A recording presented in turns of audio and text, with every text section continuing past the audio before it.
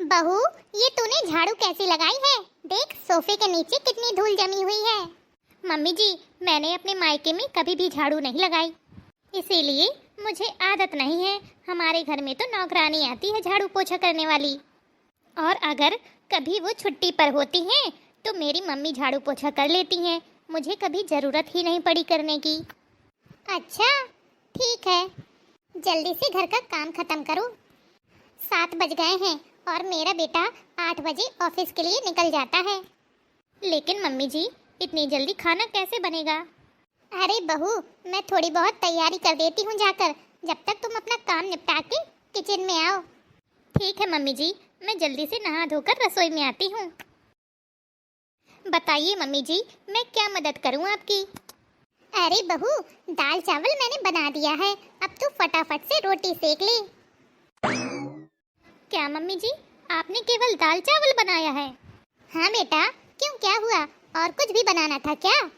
देखो, बुरा ना मानो तो एक बात कहूँ मम्मी जी, हमारे घर में दाल रोटी ज़्यादा नहीं खाते। जब दाल बनती है तो कोई ना कोई सब्जी जरूर बनती है साथ में। अगर ना बनाए ना तो मेरे भैया सीधे थाली उठाकर फेंक देते गए हैं। अच्छा ऐसा है क्या? तो बहू फटाफट सब्जी बना ले फिर। ठीक है मम्मी जी, मैं जल्दी से रोटियां सेक देती हूँ और एक तरफ सब्जी भी बना लेती हूँ। माँ, मैं ऑफिस के लिए निकल रहा हूँ। अरे रुक बेटा, खाना लेकर जाना, बन गया है। बस थोड़ी देर और लगेगी, रोटियां सेक रही है बहू। चल बहू, अब जल्दी से रोटियां सेक दे, वरना मेरा बेटा भूखा ही ऑफिस चला जाएगा। जी माँ जी, अभी सेकती हूँ। ले बेटा, जल्दी से ये गरम गरम हलवा खा ले, जब तक बहू तेरा टिफिन पैक करके लाती है। अरे माँ, आज तो मैं नाश्ता करना ही भूल गया। अरे बेटा, तू अपनी माँ के होते हुए कभी भी नाश्ता करना नहीं भूल सकता, क्योंकि अगर तू नाश्ता करना भूल जाता ना तो मैं टिफिन लेके सीधे तेरे ऑफिस पहुँच जाती। अरे वाह माँ, हलवा तो सच में बहुत ही स्वादिष्ट है। किसने बनाया है? और कौन बनाएगा बेटा, मैंने ही बनाया है जल्दी जल्दी तेरे लिए। अब बहू को घर के काम करने की आदत नहीं है ना, तो धीरे धीरे उसको आदत होगी।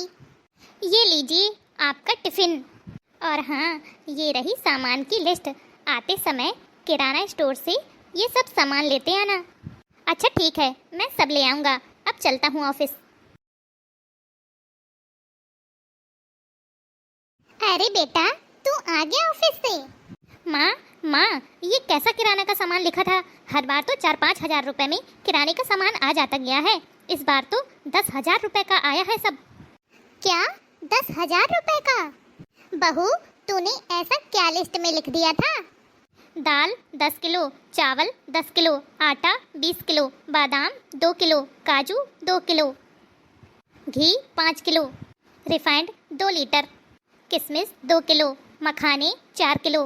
बेटा, ये लिस्ट तो बहू ने बनाई थी, कहीं हमारी पर्ची बदल तो नहीं गई? शायद किसी होटल वाले की पर्ची मिल गई होगी तुझे।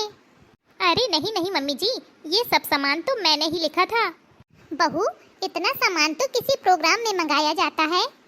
तो मम्मी जी, किराने की लिस्ट आपको ही बनानी चाहिए थी, मुझसे क्यों कह दिया बनाने को? मेरे मायके में तो किराने का सामान ऐसे ही आता है। बस चुप, एक शब्द और नहीं। मुझे पता है कि तुम्हारे मायके वाले कितने रईस हैं। बेटा, तूने ये क्या किया? तुझे ऐसे बात नहीं करनी चाहिए थी बहू से। अरे माँ, आपने बातें नहीं सुनी उसकी? अरे बेटा, उसके अंदर तो अभी भी बचपना है, इन चीजों की अभी उसको समझ नहीं है। लेकिन तुम तो समझदार हो ना, तुम्हें ऐसे नहीं बोलना चाहिए बहू को।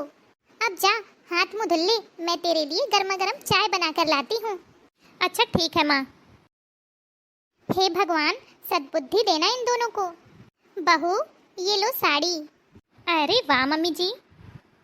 बहू, ये बनारसी साड़ी तुम्हारे ऊपर बहुत अच्छी लगेगी, दीपावली में यही पहनना। ये क्या मम्मी जी, ये कैसी साड़ी लाई हैं आप? इस तरह की साड़ी तो पिछली बार मेरी मम्मी ने दीपावली में नौकरानी को दी थी, लेकिन फिर भी आप लाई हैं तो रख लेती हूँ। रुक जाओ माँ, मैं अभी इसको बताता हूँ। अरे नहीं बेटा, तू कुछ मत कह, चुप रह। माँ, मेरा टिफिन तैयार है क्या? हाँ बेटा, बस अभी लाई। मम्मी जी, ये कैसा हलवा बनाया है आपने? ऐसा हलवा तो मेरे घर पर किसी के गले से भी न उतरे। हमारे मायके में तो देसी घी का हलवा बनता है, ऐसा सूखा साखा हलवा कौन खाता है। ये हलवा आप गरीबों में बांट देना, मैं तो बिल्कुल भी नहीं खाने वाली। आज तो तुमने हद ही पार कर दी। तुम्हें अपना मायका इतना ही पसंद है ना, तो चलो मेरे साथ अपने मायके, वहीं आराम से दूध, घी, हलवा, खीर, मिठाई सब खाती रहना। और जब तुम्हारा पेट भर जाए तो इधर आ जाना, समझी? चलो मैं तुम्हें मायके छोड़ देता हूँ। अरे रुक जा बेटा, ऐसा मत कर। माँ, अब तो इसको इसके मायके छोड़कर आना जरूरी हो गया है। नहीं बेटा, ऐसा मत कर। बेटा सुन तो। बेटा तू तो बहू को उसके मायके छोड़ आया, मुझे तो अकेले घर में बिल्कुल भी अच्छा नहीं लगता है।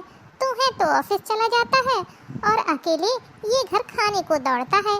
कम से कम बहू इस घर में रहती थी, चहकती तो रहती थी।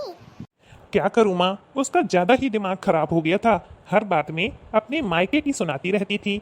गुस्से में जाके छोड़ आया। अब मैं कैसे जाऊँ उसके घर, बड़े गुस्से में छोड़कर आया हूँ उसे। तो क्या हुआ बेटा? ठीक है माँ, देखता हूँ संडे तक। अरे बेटा, तू संडे तक का इंतजार करेगा?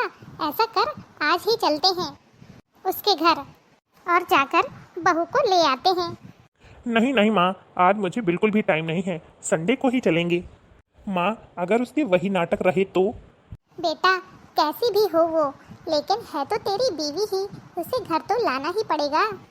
चल मैं तेरे साथ चलती हूँ, वो जरूर आएगी।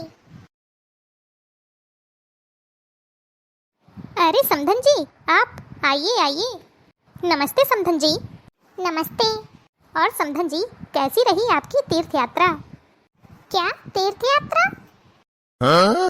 जी माँ जी, मैंने ही बताया था माँ को कि आप लोग तीर्थ यात्रा पर गए हैं, तभी तो मुझे ये जल्दबाजी में यहाँ पर छोड़ गए थे। जी जी, बहुत अच्छी तीर्थ यात्रा रही, सुकून मिल गया। अच्छा समधन जी, हम बहू को लेकर थोड़ा जल्दी निकलेंगे, वरना रात हो जाएगी। अरे समधन जी, इतनी भी क्या जल्दबाजी है, आज रात को यहीं रुक जाइए, कल आराम से चली जाइएगा अपनी बहू को लेकर। समधन जी, अब हमारा खाना हो गया, खाना खाकर तो मजा ही आ गया। समधन जी, हम आपसे हाथ जोड़कर माफ़ी मांगते हैं। गुड़िया ने बताया था कि 3-4 सब्जी के बिना वहाँ खाना ही नहीं खाते हैं, पर हमसे जितना हो सका हमने उतनी व्यवस्था कर दी। अच्छा, तो मैडम जी ने यहाँ भी अपनी ससुराल के तारीफों के पुल बांध दिए। अरे नहीं नहीं समधन जी, कोई कमी नहीं थी, हमें खाना सच में बहुत ही स्वादिष्ट लगा।